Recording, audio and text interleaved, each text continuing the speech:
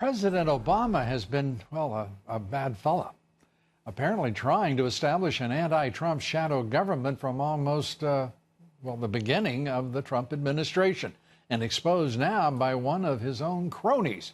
A new book by former White House advisor Ben Rhodes, detailing how the President Obama, reached out to Canadian Prime Minister Justin Trudeau and other international leaders after the 2016 election and the election of Donald Trump, urging those leaders to fight against President Trump and defend the values that they share. Joining us tonight, Judicial Watch President Tom Fitton. Tom, good to have you with us. Let's start with, well, first of all, I guess that was preparing the battleground, as some would say, for Obama as a shadow president and to create a shadow government and to create an international alliance to work against a sitting president. Is that not illegal? Well, according to the Obama gang, who targeted General Flynn with a Logan Act potential violation, I don't know why it wouldn't apply to President Obama. Certainly undermining the government of the United States by working with foreign government leaders is the very basis of the Logan Act, or what Logan Act is designed to prohibit. But it just shows you just how hypocritical President Obama has been when you have his minions going out there and ambushing General Flynn based on the absurd notion that his contacts with the Russians in the presidential transition may have violated the Logan Act, while at the same time, all of his people know he's out there working with foreign leaders to undermine the president. By the way, it's par for the course with Obama. Remember, he was using the spy agencies of the federal government to target Donald Trump. It's no surprise he would take it up to the next level by conspiring with foreigners to go after him. Oh, the reticence of the left in this country, the deep staters, and many in the national left-wing media, to acknowledge that a spy is a spy and want to use the word informant as that is somehow benign. This is a time when every reasonable person should be shaking their head at the laughable efforts to parse when caught in lies and when caught in nefarious activities like spying on a president and his campaign.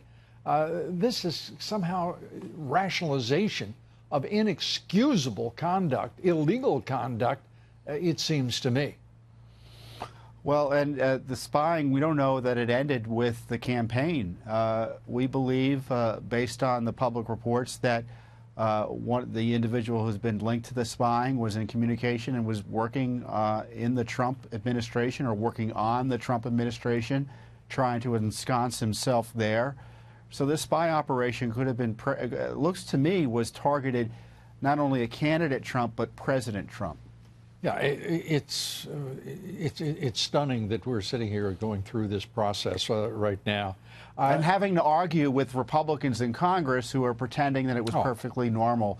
It was the height of illegality, in my view, for this to have gone on. And we got a bunch of water carriers in the Republican caucus for Mueller and the deep state. Yeah, and I'm naming names here. I'm through with it. I mean, Trey Gowdy is a complete schizophrenic. He is absolutely in the service of the establishment and the deep state, whether intentionally, consciously, or purposefully. He is exactly that. And I am delighted that Congressman Ron DeSantis and a handful of others have stood up and called him out, calling his rationalization of putting a spy in the Trump campaign absolute balderdash. For Congressman Gowdy, it's all been about protecting Robert Mueller. And Gowdy, I think, understands that Spygate goes to the heart of the Mueller operation in terms of destroying its credibility. That's why he's making excuses, because he knows by making excuses for Spygate, he's helping Mueller, who he supports unbelievably. And we've got to hit the Imran Awan story, the case of the former Democratic information technology aide. It is an extraordinary case by itself. And remember, this was contemporaneous with Spygate and the onset of the Special Counsel on Russian collusion. We knew, in fact, that there had been an attack on U.S. servers in the U.S. House of Representatives, the Democrats, and not a thing has happened. In the entire time over that, it has been, that prosecution has been halted, even though they know who did what, and they have them all within, they've been apprehended, but not moved to trial and prosecution. Why not? Well, because this is about Congress, and it's about protecting the Democrats in Congress and the Republicans who. But the Republicans control Congress, and they control the White House. I mean, they control the Senate. Republicans don't want anyone looking at their personnel practices. Remember, all the Democrats did, they had all of these, the Awan brothers gang, working in their offices, not doing any work, but being paid paid with taxpayer dollars. Nevertheless, they were entering servers without authorization, taking, and these included members of the Intelligence Committee, the Oversight Committee. It goes on and on.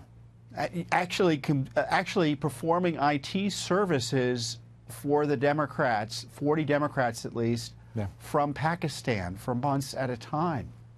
And, you know, we hear the Russians hacked the DNC and Democrat servers. Were the Pakistanis doing the same thing? Is Mueller investigating this? I doubt it. No.